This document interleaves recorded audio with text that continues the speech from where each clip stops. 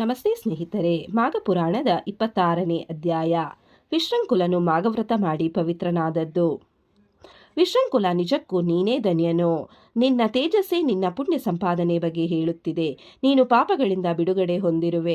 ನಾನು ನಿನ್ನನ್ನು ಹೇಳಿದ ಉದ್ದೇಶವೇನೆಂದರೆ, ಮಂತ್ರ ಸ್ನಾನದಿಂದಲೂ ಪವಿತ್ರ ಜಲದ ಸ್ನಾನದಿಂದಲೂ ನಿನ್ನನ್ನು ಪವಿತ್ರ ಮಾಡುವುದೇ ಆಗಿದೆ ಎಂದು ಹೇಳಿದ ಬ್ರಾಹ್ಮಣನು ದರ್ಬೆಯನ್ನು ಹಿಡಿದು ಮಂತ್ರಸೇಚನಗೊಳಿಸಿದ ಜಲದಿಂದ 3 ದಿನಗಳ ಕಾಲ ವಿಶೃಂಖಲನಿಗೆ ಸ್ನಾನ ಮಾಡಿಸಿದನು. ಈ ದಿನಗಳಲ್ಲಿ ಅವನು ಅನ್ನ ನೀರು ಮುಟ್ಟಲಿಲ್ಲ. ಬಳಿಕ ಬ್ರಾಹ್ಮಣನು ವಿಶೃಂಖಲನಿಗೆ ಧರ್ಮಸಾರವನ್ನು ತಿಳಿಸಿ ಅವನಿಗೆ ಗೃಹಸ್ಥಾಶ್ರಮವನ್ನು ಸೇರಲು ಅಪ್ಪಣೆ ಕೊಡಿಸಿದನು.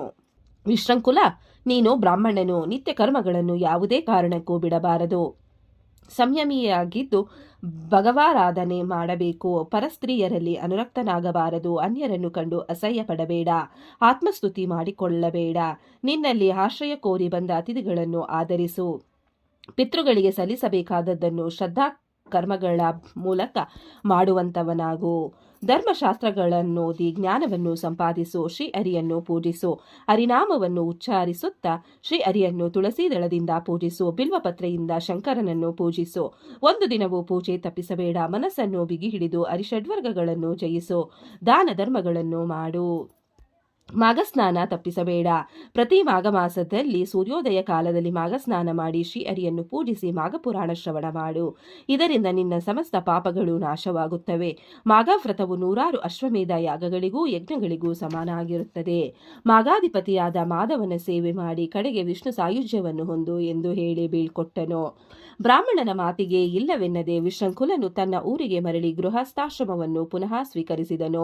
ಪ್ರತಿ ವರ್ಷದಲ್ಲಿ ಮಾಘ ಮಾಸದಲ್ಲಿ ಮಾಘಸ್ನಾನ ಮಾಡುತ್ತಾ ಸ್ವಧರ್ಮ ನಿರತನಾಗಿ ಶ್ರೀಹರಿ ಪೂಜೆ ಮಾಡಿ ಇಹಲೋಕದಲ್ಲಿ ಸುಖಿಸಿ ಕಡೆಗೆ ಶ್ರೀಹರಿಯ ಸಾನ್ನಿಧ್ಯ ಪಡೆದನು. ಆದುದರಿಂದ ಜಹನ್ನು ಮುನಿಯೇ, ಮಾಘವ್ರತವು ಎಂತಹ ಪಾತಕಿಗಳಿಗೂ ಆದರ್ಶಪ್ರಾಯವಾಗಿದೆ. ಇದರಿಂದ ಪಾಪಿಯಾದವನು ಪಾಪಮುಕ್ತನಾಗಿ ಸುಖಿಯಾಗಬಹುದು.